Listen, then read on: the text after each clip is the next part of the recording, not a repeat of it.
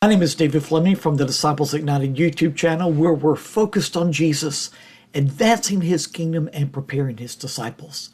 Now we're studying about the great revival outpourings that have taken place throughout church history, and right now we're studying about the great, awesome revival outpouring that took place in Great Britain in the 18th century.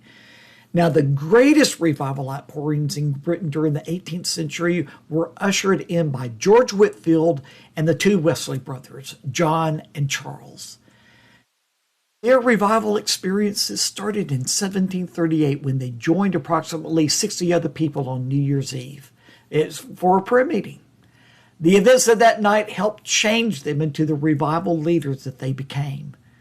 John Wesley wrote about it later on, and I quote, "About 3 a.m, as we were continuing instant in prayer, the power of God came mightily upon us, insomuch that many cried out for exceeding joy, and many fell to the ground." Well, that service became known as the Methodist Pentecost. Well, by the year 1737, George Whitefield, who was still in his early 20s, had already started preaching to packed out churches throughout England. Unfortunately, at least it seemed to be at the time, his message of justification by faith began to be rejected by many of the clergy, so they kicked him out. They wouldn't let him preach in the church. Yeah, that sounds like it was really bad, but I tell you what, God just has a way of turning the worst of circumstances into the greatest events. Hallelujah! And so this is what the Lord did. George Whitefield began to preach out in the fields of England. And thousands of people began to converge together to hear him preach. So that which he would have never been able, the masses that he would never have been able to reach if he had have stayed preaching in churches, he was able to reach thousands just in one preaching session. Well, Whitefield began to preach, and thousands came out to hear him.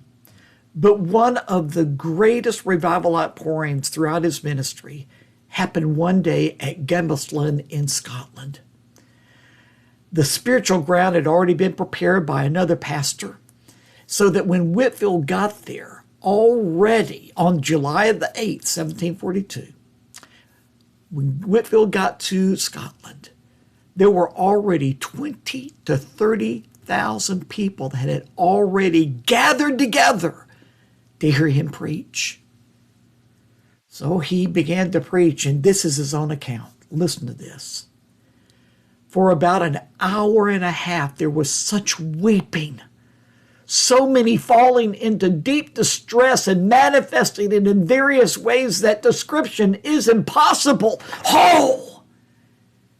Doesn't that just make your heart cry out, "Oh God, send us revival today.